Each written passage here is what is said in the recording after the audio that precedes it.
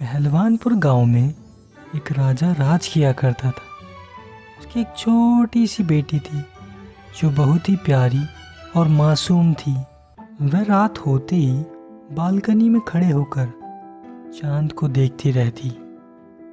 एक दिन उसने राजा यानी अपने पिता से कहा कि पिताजी, मुझे चांद चाहिए, मुझे चांद लाकर दो, मुझे उसके साथ खेलना है। राजकुमारी की ये बात सुनकर राजा हैरान हो गए और उसे समझाने की कोशिश करी कि यह मुमकिन नहीं है, लेकिन राजकुमारी ने तो चांद पाने की जिद पकड़ ली थी।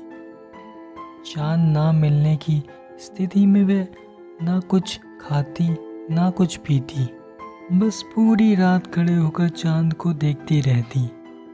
इस कारण धीरे धीरे राजकुमारी की तबीयत बिगड़ने लगी और वे काफ़ी बीमार हो गई। राजकुमारी की ये हालत देखकर राजा बहुत परेशान हुए। उन्होंने अपने मंत्री और सिपाहियों को राजकुमारी के लिए चांद लाने का आदेश दिया। राजा का यह आदेश सुनकर मंत्री और सिपाही हैरत में पड़ गए। उन्होंने राजा से कहा, महाराज, चांद को लाना मुमकिन नहीं, ये हम भी जानते हैं और आप भी। ऐसे में हम चांद को राजकुमारी के लिए कैसे ला सकते हैं।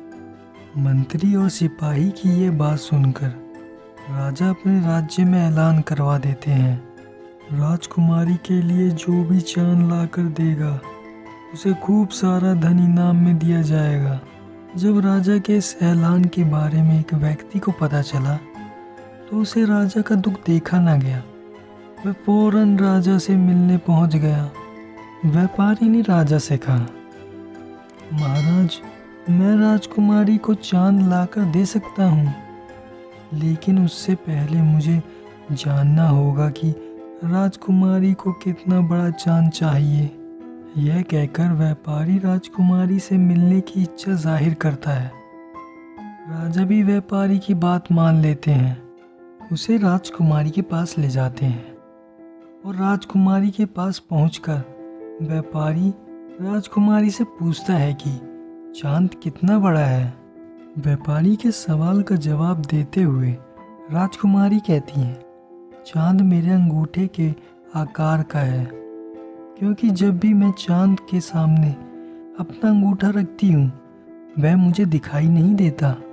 इसके बाद व्यापारी पूछता है कि चांद कितना ऊंचा है, तो राजकुमारी कहती है, शायद पेड़ से थोड़ा ऊंचा है, क्योंकि वह हमेशा महल के बाहर लगे पेड़ के ऊपर ही नजर आता है। अंत में व्यापारी पूछता है, अच्छा राजकुमारी, चांद दिखता कैसा है। इस पर राजकुमारी जवाब देती हैं कि चांद चमकीला है और चांदी की तरह सफ़ेद दिखाई देता है। राजकुमारी की ये सभी बातें सुनकर व्यापारी खड़ा हो जाता है और राजकुमारी से कहता है कि कल ही मैं पेड़ पर चढ़कर उस चांद को तोड़ लाऊंगा। इतना कहकर व्यापारी राजा के पास जाता है और अपनी योजना उन्हें बताता है। राजा को व्यापारी की योजना पसंद आती है। अगले ही दिन व्यापारी एक चांदी का छोटा सा चांद बनवाकर राजकुमारी के लिए ले आता है। राजकुमारी उस चांद को देखकर बहुत खुश हो जाती है और उसके साथ खेलने लगती है।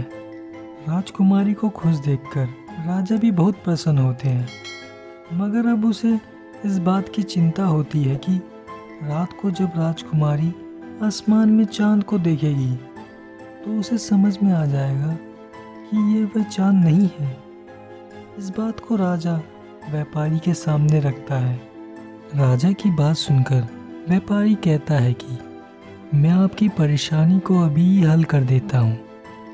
व्यापारी राजकुमारी के पास जाता है और उसे बड़े प्यार से पूछता है कि राजकुमारी, आप ये बताइए, किसी बच्चे का दांत टूट जाता है तो क्या होता है। व्यापारी के सवाल का राजकुमारी बड़ी मासूमियत से जवाब देती है कि उसका नया दांत निकल आता है।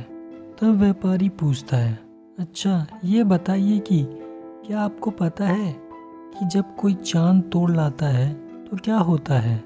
इस पर राजकुमारी कहती है, हाँ, वहाँ दूसरा चांद उग जाता है। राजकुमारी का जवाब सुनकर व्यापारी कहता है कि अरे वाह, राजकुमारी को तो सब कुछ पता है। इतना कहते ही व्यापारी बालकनी में आ जाता है और कहता है कि आइए फिर आज हम नए उगे चांद को देखते हैं। आसमान में चांद को देखकर राजकुमारी कहती है कि मेरे पास जो चांद है वह नए चांद से ज़्यादा खूबसूरत है, और अपने चांद को लेकर खेलने में जुट जाती है। ये सब देखकर राजा बहुत ही खुश होते हैं और व्यापारी को बहुत सारा धन इनाम में दे देते हैं। मोरल ऑफ द स्टोरी, दोस्तों, नन्ही राजकुमारी और चंद्रमा कहानी से सीख मिलती है कि कभी कभी बड़ी मुश्किलों को हल करने के लिए छोटा सा उपाय भी काफ़ी होता है। Thank you for watching this video.